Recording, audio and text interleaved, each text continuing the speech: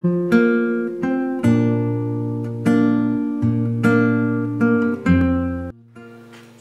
saudaraku, selamat pagi. Sudah siapkah saudara menerima berkat Tuhan di pagi ini? Yaitu Wisdom in the Morning atau WTM, Kitab Amsal yang diberikan Tuhan Rema. Ya saudaraku, jangan lupa no Bible, no breakfast. Jangan langsung buru-buru cari makanan selapar apapun. Ketika saudara lapar, isilah dengan makanan rohani terlebih dahulu.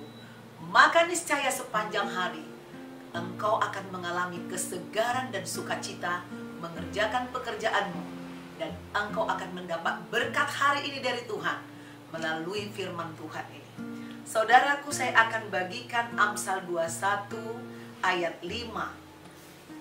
Rancangan orang rajin semata-mata mendatangkan kelimpahan, tetapi setiap orang yang tergesa-gesa hanya akan mengalami kekurangan.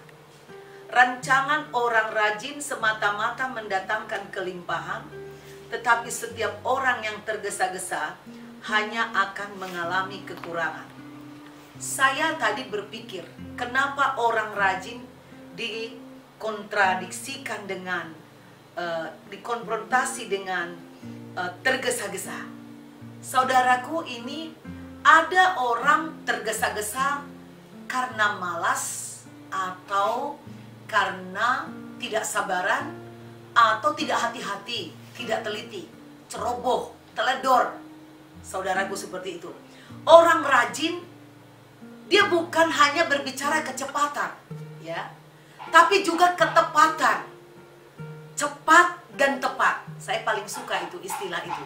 Zaman dulu banyak orang gini, biar lambat asal selamat. Ya, ketinggalan kereta kita, saudaraku. Tapi cepat dan tepat. Wah, itu dahsyat saudaraku.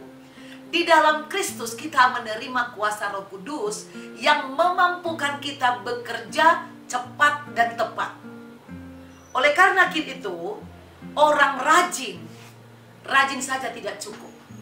Rajin tapi teliti, kehati-hatian. Saya ingat dulu saudara, pertama kali saya baru bekerja di bank pemerintah. Saya memiliki seorang pemimpin, seorang ibu, ya.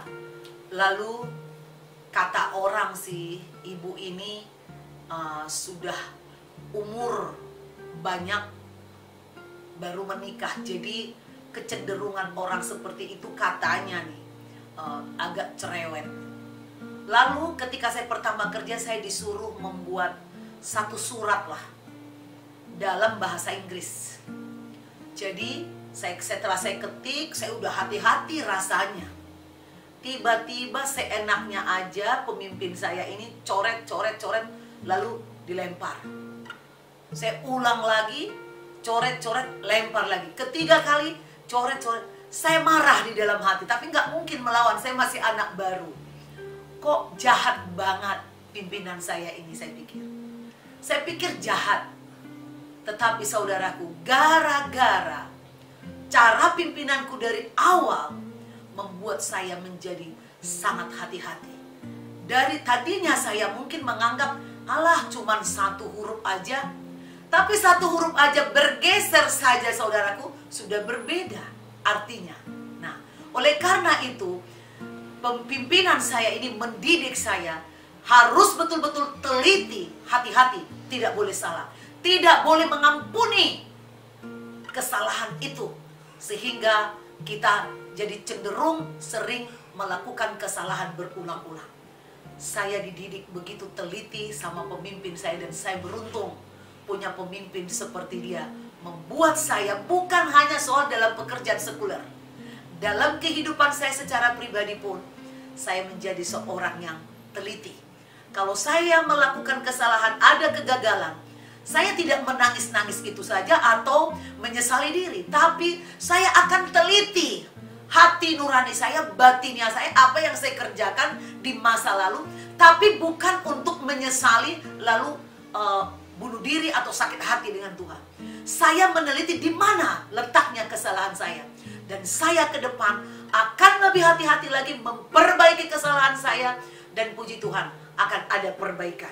Nah, saudaraku, bukan juga hanya teliti, tetapi seorang yang rajin juga dia harus berdoa ya di dalam pekerjaannya, supaya pekerjaannya itu berdampak baik, berbuah, dan berkenan kepada Tuhan. Pekerjaan yang berkenan kepada Tuhan artinya kita melibatkan Tuhan, maka turunlah tangan Tuhan memberkati kerajinan kita. Dikatakan tadi setiap orang yang tergesa-gesa banyak akan mengalami kekurangan. Ini berbicara kecerobohan. Kita tahu di dalam Alkitab di 2 Samuel 6 ayat 7, maka bangkitlah murka Tuhan terhadap Uza, lalu Tuhan membunuh dia di sana karena keteledorannya. Ia mati di sana dekat tabut Tuhan itu. Maksud dia baik. Si Uza ngelihat lembu yang membawa tabut suci tergelincir, lalu dia mengulurkan tangannya ingin menyentuh. Dia lupa tentang kekudusan ilahi yang dahsyat. Ini menjadi suatu pelajaran bagi bangsa Yahudi, supaya mereka tidak sembarangan kepada firman Tuhan, kepada segala sesuatu yang diperintahkan oleh Tuhan. Dan begitu begitu hebatnya murka Tuhan atas unsur ketidaksengajaan, saudaraku. Niat baik, tidak sengaja, tapi dia mengalami hukuman mati, saudaraku, saat itu. Nah, itu bisa merugikan kita. Keteledoran kita bisa membuat rugi ya, karena ketidakhati-hatian baik dalam diri kita maupun bisa berdampak secara luas, merugikan orang lain, merugikan satu bangsa karena keteledoran. Oleh karena itu, ingatlah, rajin saja tidak cukup, tapi saudara harus hati-hati. Jangan juga karena kehati-hatian saudara beralasan jadi lambat. Jadi saudara harus terus melatih diri saudara sampai memiliki potensi yang maksimal. Dan dengan berdoa, Tuhan akan melipatkan gandakan kekuatan, kepintaran, kecerdasan, kemampuan, sehingga apa yang kita kerjakan akan berbuah baik, berdampak baik bagi banyak orang, dan diberkati oleh Tuhan. Demikian, saudaraku, rema yang bisa saya bagikan dari Amsal 21 ayat 5 pada hari ini. Sampai jumpa besok pagi lagi. Jika saudara terberkati, kirimkan Amsal ini, saudaraku. Sangat jarang dibahas orang. Bagikan kepada banyak orang di mana kau berada, teman, saudara, siapapun. Ini kesempatan memberitakan Injil kepada orang lain. Tuhan Yesus memberkati. Sampai jumpa besok pagi pukul 5 pagi, saudaraku. God bless you.